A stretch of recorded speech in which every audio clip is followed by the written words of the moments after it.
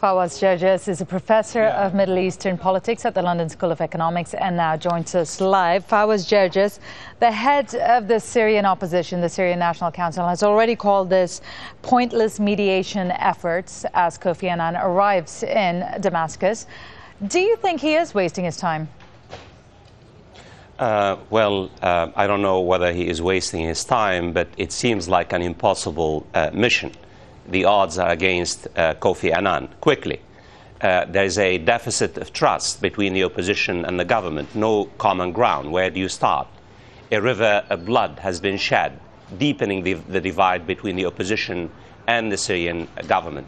Thirdly, you have militarization of the uprising and decentralization of the uprising. You have almost 100 opposition groups. There is no centralized hub of the opposition. And finally, the Syrian crisis has been caught in what I call a regional Cold War between Iran on the one hand and the Gulf states on the other hand, and also a global rivalry between the United States and Russia. It's very complex, very difficult, even though Kofi Annan is one of the most seasoned diplomats in the world. He really faces an impossible mission in Syria. Now, he's due to meet Bashar al-Assad at any moment, and according to U.S. officials, in a report that described Bashar al-Assad as being firmly in control, which means it's key to be able to convince him to find a compromise. Do you think that's possible? Well, it's not just about Bashar al-Assad. It's about the system as a whole. Keep in mind now that Bashar al-Assad is acting on the premise that he can defeat the opposition. He's waging an all-out offensive to crush the armed wing of the opposition. And the opposition basically says to Kofi Annan, no political settlement with Syria.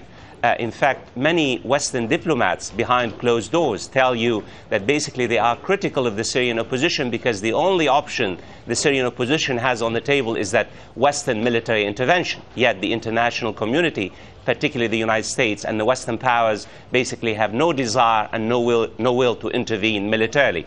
And we all know, without engaging the Syrian authorities, the Syrian government, there will be no settlement of the Syrian conflict. And that's why it's the complexity of the Syrian crisis. Even though the international community does not have either the will or the desire to intervene militarily, and even though there is no political settlement on the horizon, what we're talking about is more of the same. It's a prolonged crisis, very complex crisis. Right. And truly, if Kofi Annan fails today, in the next few days, Syria will likely plunge into a protracted conflict that would last between 4 months and 4 years, give and take.